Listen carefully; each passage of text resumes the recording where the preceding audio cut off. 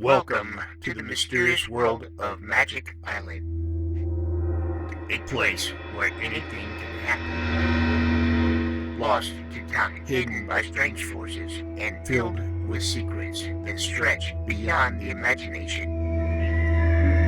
Our heroes have set sail into the unknown, where adventure, danger, and discovery await them at every turn. Each episode brings them closer to unlocking the island's mysteries, but with new challenges. Who knows what they will uncover next? Now sit back and close your eyes. Let the theater of the mind take you on a journey to Magic Island.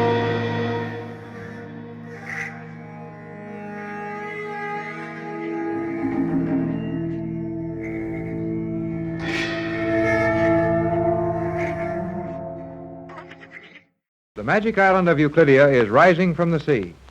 Not so long ago, the Euclideans submerged the island, taking it down to the bottom of the old volcanic crater and making everyone believe it had been destroyed. Now, the island is coming out of the water again. This brings a very real danger to Captain Tex Bradford and Elaine Raleigh, who are attempting to imprison the Euclideans in their underwater city. When the island is above water, G-47 and his men will have more openings for escape than Tex and Elaine can watch. How's it look to you now, Elaine? The island is rising very slowly, but the tops of the defense chambers are showing above water. At that rate, we'll have a couple of minutes to work in. And what can we accomplish? I'm not any too sure, but we've got to do our best to keep those fellows from getting loose. You have only one charge of your solvent left. Is that correct? That's right, only one. Then that may be used to guard only one exit. And when that island is above water, there are at least 8 openings through which the Euclideans may escape. Oh, I know it, but we'll have to run a bluff of some kind. I do not understand fully what you mean by bluffing. But this is a time to be sure what you are doing. Yes, if you can be sure, but when you can't, bluff. Then bluff quickly. The island is rising. We got enough compressed air to taxi us around to the other side of the island? I think not. It's our only hope. I will try to cross the island. That is much shorter. Well, sure it is. But if the island comes up before we get across, what then? Our position will be no worse than it is now. Well, you're right, Elaine.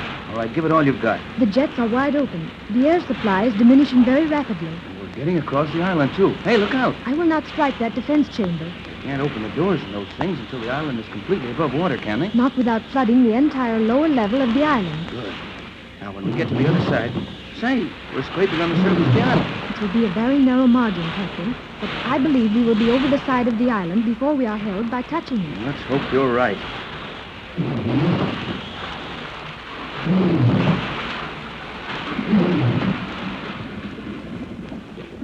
We made it. So I believe. Now cut your rudders around hard. We've got to get right back beside that elevator housing before we lose headway. It will take only a few seconds to complete our circle. Things coming out of the water mighty fast now. What is your plan, Captain? Well, now look, we'll want to stand by as near the elevator housing as possible. Near enough that I can reach out and break those bottles of solvent against the elevator door. I see. Then that will allow your solvent to eat down through the surface of the island, and the ocean will flood into that elevator shaft. Right, and if I remember the layout of this island, they can't shut off that water before it reaches the power rooms and puts the whole island out of commission. That is correct, Captain. Water going into this shaft will flood the entire island, forcing anyone within it to take refuge in the main city of Euclidia. That's what we're going to try to do, Elaine, and it's our only chance. When one of those doors opens, we'll warn whoever comes out that if they attack us or attempt to advance towards us, I'll break these bottles over the elevator housing, and the solvent will eat its way into the island in 5 seconds. An excellent plan, Captain. With the Euclideans driven back into the main city, we will have only the surface airlock to watch. Right, and we're going to have to do something pretty soon. Looks as if that island is about on top. It is now in position. Any moment, we may expect to see a door open in one of the surface chambers. Well, I'll hold onto the side of this pier with one hand and hold the solvent in the other. Is there no way in which I could help you, Captain? Afraid not. There's not much room in these little doorways. Look, the central control chamber. Yeah, the door is opening. One of the Euclideans is coming out on the surface. Well, I'll stop that. That's all for you. Don't come any nearer. And what will you do if I advance upon you? I'll break these bottles of my solvent against this elevator housing. I'll flood your island. That would be very foolish, Captain Bradford. Well, that's what I'll do. Try to find out what Thales has in mind. Suppose I break this bottle now. What will you do? Do you not see the large ray gun protruding through the wall of this chamber at my side? I'm not afraid of your ray guns. You ought to know that those rays won't penetrate one of your own boats. This ray will. We will use the metallic ray on you. What's a metallic ray, Elaine? It will melt the metal of this plane as if it were wax. Well, Thales, looks just like we stand here and look at each other for a while. You will lower your solvent carefully into the water and release it. I will not. Then we will turn the ray on your plane. Go to it. And when you do, I'll break those bottles on the elevator shaft.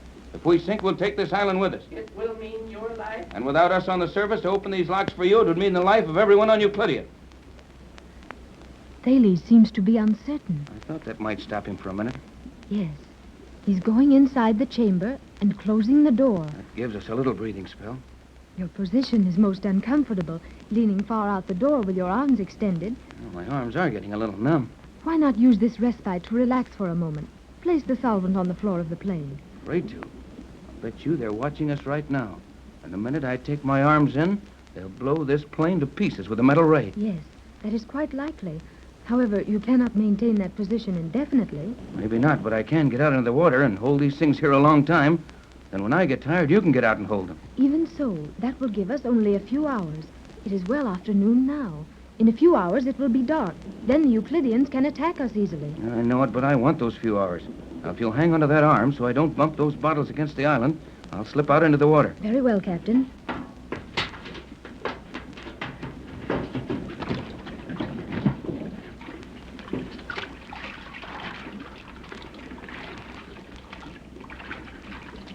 Easy now. Don't bump those things together. I will be careful. There we are. Now I'll keep floating here where I can support myself on the plane. We'll hold out until night at least.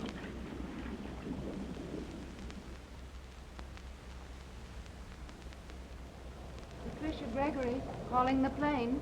Gregory boat to Captain Bradford. Hello, Tex. Hello, Tex. Can you hear me? Gee, Mrs. Gregory, you can't raise them at all now. No, Jerry. I can't raise them at all. Well, Joan and I went in and tried that little portable set in the captain's cabin. We thought maybe this set wasn't working just right. Yes. I know what you and Joan did, Jerry. And even though it didn't fool me, thanks a lot for a grand gesture. Huh? Now, Jerry, Honest, I don't know what you're talking about, Mrs. Gregory. you don't remember having Joan use that portable transmitter, call me here, pretend to be Elaine, and tell me that all was well? Oh, I'm sorry. I guess we didn't do so well. It wasn't your fault, Jerry. Joan couldn't conceal the Euclidean training in her voice. Elaine has moved more often in the world, and she speaks as we do, with very little effort. Yeah, I should have thought of that. We all could have thought of a lot of things, Jerry.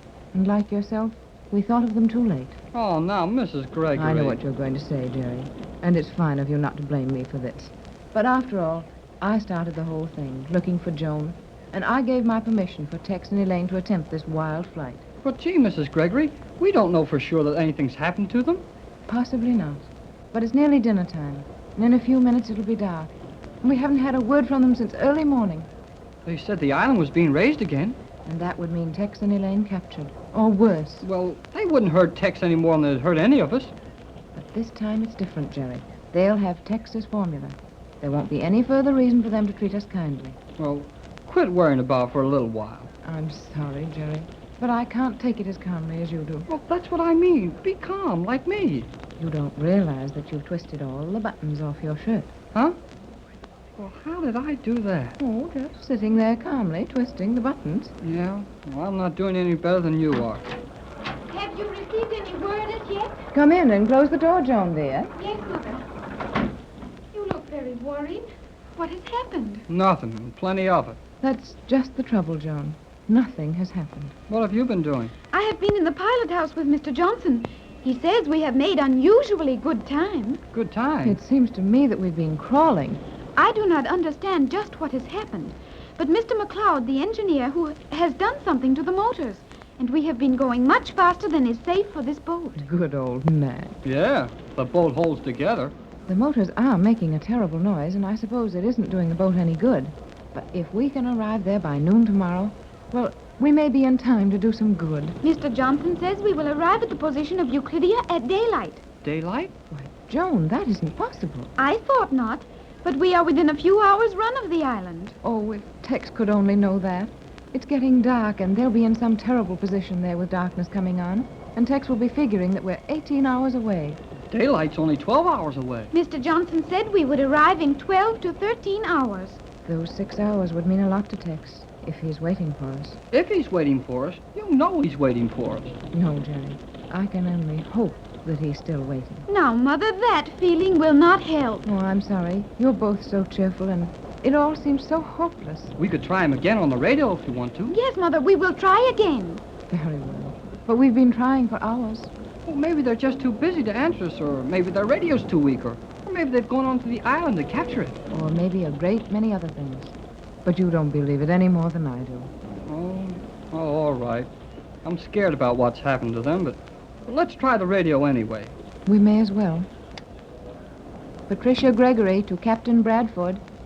Gregory boat calling Bradford. Hello, Tex. Pat calling. Hello, Tex. Can you hear me? We are within 12 hours of you. Can you hear me? We will be there in 12 hours. Hello, Tex. Hello, Tex. Oh, it's no good. Sure doesn't seem to be, but... Well, let's keep the receiver open anyhow. Oh, do as you like, Jerry. I'm going out and walk around the deck. Do you wish me to come with you, Mother? No, Joan, dear. I want to walk quietly, all alone. I'll feel nearer to Tex outdoors. He's outdoors, too. Gee, Joan, your mother's sure down in the dumps, isn't she? I do not understand down in the dumps, Jerry. I mean, she's feeling bad. Oh, Mother is very hopeless. Well, I feel the same way, but I thought if we acted cheerful, it might make it a little easier for her. Our radio message from the other cabin did not deceive her, did it? Not for a minute. I thought it would not. If only we knew what Tex was going Jerry, to do. the radio Gregory, pilot. standing, island, guard, sinking, hurry, few hours, will sink. Gregory, hurry, Bradford, sinking, hurry. Oh, Jerry, that was Elaine. Yeah, and she and the captain are in trouble. Serious trouble. They are sinking. Maybe they meant the island. No, Jerry, their plane is sinking. Elaine said hurry. Well, look here, Joan. No matter what happens, don't tell your mother. But, Jerry, she... No, Joan, not a word to her. We'll tell Johnson, the skipper, and the engineer, and they'll break this boat trying to get up to there. But it won't help her to worry your mother anymore. And maybe we'll be in time. Elaine said sinking. She didn't say sunk. And there's plenty of hope for some good luck between sinking and sunk. And so, another chapter closes on Magic Island. Our explorers have faced mysteries, dangers, and thrills. Yet, the island still holds its secrets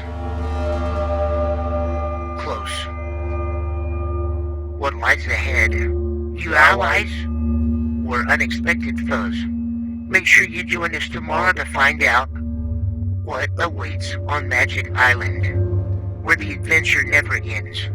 Right here on Golden Age Radio, rumble.com/C/GAR. If you're too impatient to watch all 130 episodes, one per day, there's a link in the description so you can watch all the videos you want all together.